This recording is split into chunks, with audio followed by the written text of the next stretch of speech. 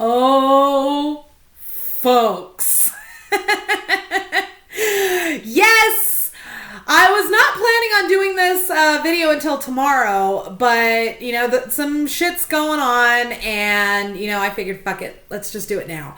So, I'm not sure how many of you know this. Probably quite a few of you know this, but today, the audio and the transcripts of Karen Hallbach's original call to the Sheriff's Department to report Teresa Hallbach missing dropped.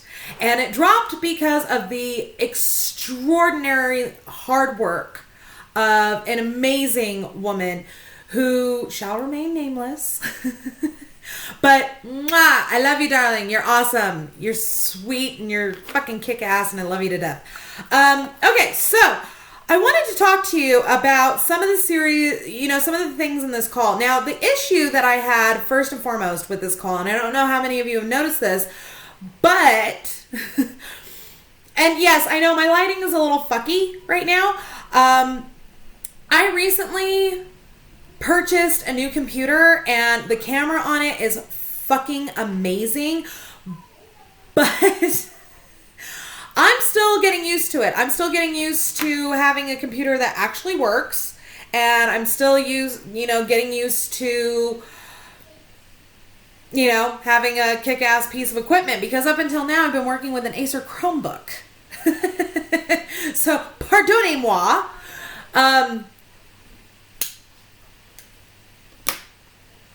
But here's the thing. Oh, he heard Mama talking. I recently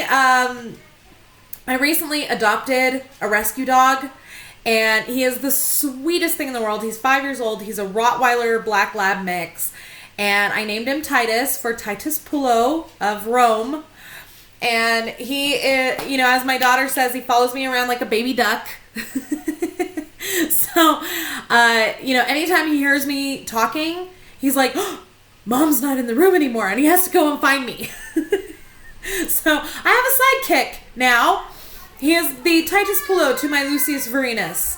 So, anyways, so this awesome person got a hold of this call. She made a Freedom of Information Act request. Put my keyboard over here. She made a Freedom of Information Act request to Calumet County to get a copy of this call. And when they sent it to her, instead of it being in one continuous clip, for whatever reason, they sent her a bunch of clips. Like 7 fucking clips. Why? Why is it broken up? And then I started listening to it, and I noticed that there were a few key details missing. Now, I'm not going to walk you through, I'm not going to play the audio. I already have the audio on my channel. Yes, I did put it up twice. I put it up the first time, and then we realized, oh shit, there's some information in there that we should probably have redacted. So my tech person, Jan, the awesome Jan, she redacted the information, and then I uploaded it again. So I'll put the link to that down below in the description so you guys can check it out. And another person, TikTok Manitowoc on Twitter, actually did the transcript of the call. And so I will go ahead and give you guys the I Am Gur link to that down below in the description. So without further ado, let's talk about this oh folks moment. And Jesus Christ, kids, I gotta tell you, this is fucking insane shit. Now, I'm not going to sit here. There's been a lot of speculation by guilters saying that those of us who found this call, that for whatever reason, because we released it, we're trying to blame Karen Hallbach for the murder of her daughter. And I'm going, where the fuck did you see that stated anywhere? Because I never made that claim. I know TikTok didn't make that claim. I know that nobody made that fucking claim. We've never made the claim. Are you hearing me, guilters? We have never made the claim that Karen Hallbach or anybody had anything to do with Teresa Hallbach's disappearance. I've said that Mike is shady as fuck. But you will still never hear me say that Mike had anything to do with Teresa Hallbach's death. You will never hear me say that because I don't have any proof. That's kind of the thing about being a truther, is I am interested in the truth. And if I say something that I'm speculating on, I will say I'm speculating. But 9 times out of 10, I don't say shit without proof. So kiss my ass. Anyways, here's the thing though. Here's the thing. Let's talk about this. Huh? Let's talk. Now, I'm going to be, switching back and forth, and you're going to see me reaching in. It's because I got a Microsoft Surface Pro 3. So, I don't use a mouse anymore. So, here's the thing. Okay, so, in the beginning of the call, you'll hear the dispatch, Calumet County Sheriff's Department, blah, blah, blah. Karen Halbach says that she'd like to report a missing person. Now this, you'll notice on the I Am Ger clip that there is, they're sectioned off. There's like a little black bar between pictures. The reason is that that's the transcript of each particular computer clip, each MP3 file that we were given. Okay? So that's how you see the breakdown. That is a visual representation of the breakdown of these clips. All right? Follow with me. So, Karen Halbach, further down in the first clip, says, that she's reporting her daughter missing. The dispatcher asks her how old. She says she's 25. Dispatch then says in the second clip, okay, do you know where she was last seen? She says she works for Auto Trader. Now, here's the thing. I find this very interesting. She asked her, do you know where she was last seen? Not where does she work? She asked her, where was she last seen? And for whatever reason, Karen Halbach decides to offer the information that she works for Auto Trader. Although I guess I can explain that away with, Karen's distraught.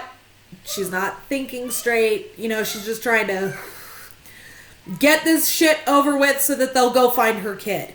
Which I can totally understand. I can totally understand that inclination. Despite the fact that I have 6 kids, I have never lost a single one ever. Knock on wood. The only time that any of my kids have been lost is when I've left them in the care of somebody else and they lost them, and only 2 of my kids have been lost. Once by my ex-mother-in-law and once by my ex-father-in-law, funnily enough. And yeah, that's about the time I learned, hey, I'm not going to let these people babysit. So I can understand, Karen, just like, I'm going to give you all the information I can right at once because I want you to go find my daughter, find her now. Okay, I can understand that. Let's keep going. Then the part that gets me though is when she says, okay, she works for Auto Trader, and Karen breaks in, and she also works for herself. She's self-employed. Here's the thing though. Why would you say that if she's working with this Tom Pierce guy and you know that she has an office there, she uses the equipment, why wouldn't you give her the business name? That's a little weird to me. Just a little nugget. Okay? Here's the thing, because I don't want to run over this for too long. Here's where I find an issue. Throughout all of these clips, whether you listen to this call or you read it or you do both, because in the video we put up the fucking transcript as it's happening. Here's what you don't notice. You don't see anywhere Karen Halbach giving a physical description of Teresa. Not once.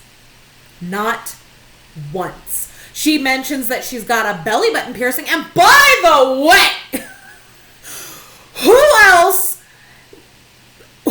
this is the first time that they've heard of Teresa Halbach with a belly button ring? Who else? Because, the fuck? 2 fucking years of this goddamn case? 13 years that this case has been a thing, and this is the first time we're hearing that Teresa Halbach had a belly button ring? Really? Brendan Dassey allegedly, according to the prosecution, saw her fucking naked, and you would remember a motherfucking belly button ring. Why didn't he say that? Why didn't he describe it? Why didn't he draw it in that little fucking diagram of O'Kelly's? What the ever-loving fuck? Number one. But nowhere else in that call will you hear or see Karen Halbach giving a description of Teresa. Nowhere. So either A, that part was cut out by Calumet County before the call was released, or B, the dispatcher's a complete moron and doesn't know how the fuck to do her job. Because that's kind of important. How the fuck are you supposed to know what she looks like so that you know if you found her or not? You could walk up to any fucking bitch on the street and just be like, hey, are you Teresa? Hey, are you Teresa? Yeah, that's a really effective way of finding someone. So what are we to believe here, Calumet? Huh? Is your dispatcher an idiot? Or are you corrupt as shit and you cut that part of the call out? Which one is it? Because from where I'm sitting, it looks like you cut out that part of the call. And my question is why? We all know what she looks like. Her pictures have been all over the news for the last 13 years. So why would you cut out that part? Why would you take that part of that call out? Riddle me that. Do with it what you will. Now, here's another weird thing. She was listed as missing endangered. And somewhere someone suggested that it was because Teresa Halbach has a heart condition. But in this call, when she's asked, does she have any medical conditions? Karen Halbach says no. Then what the fuck was with the missing endangered? Why was she listed missing endangered all of a sudden? Qua? It's not fitting. Y'all are trying to fucking shove a round peg into a square motherfucking hole. Although, from what I understand, that's Porky's preferred method of foreplay.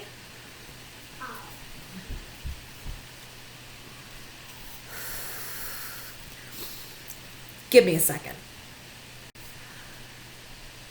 But the biggest part, yes, I'm back. The biggest thing for me,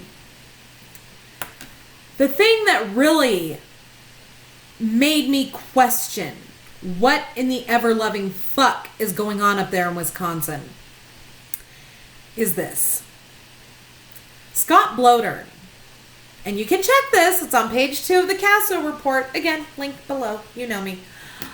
Scott Blodern stated to police that the last time he saw Teresa was on 10/30, meaning October 30th at 2 p.m. He was very specific about the timing. At 2 p.m. he saw Teresa Halbach on October 30th. However, in the course of this call, Karen Halbach states that her husband had gone and spoken with Scott, and Scott told him that the last time he saw Teresa was on Monday, October 31st. Which is it, Scott? Did you see her on Sunday or did you see her on Monday? And my question is, and my question has always been, if she left for work later than you, and you left for work at the ass crack of dawn, how the fuck did you not notice for upwards of 2 days that her car was missing from the driveway? How did you not see that, Scott?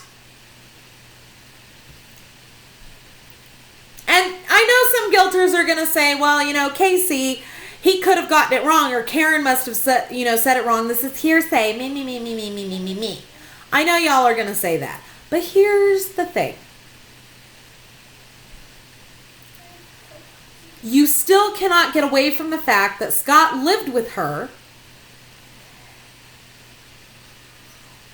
and that while Ryan has stated that it was not unusual for her to go out of town for a couple of days and stay with friends, Scott has said that in the 8 months that he lived with her, she had never done that.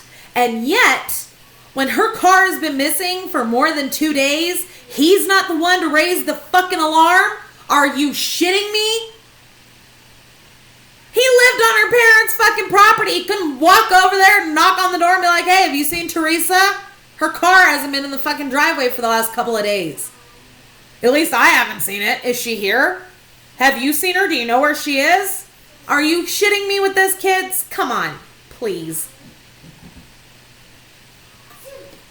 So while you might be able to explain away Scott, Karen saying that the last time he said he saw her was Monday by, Karen probably got that wrong.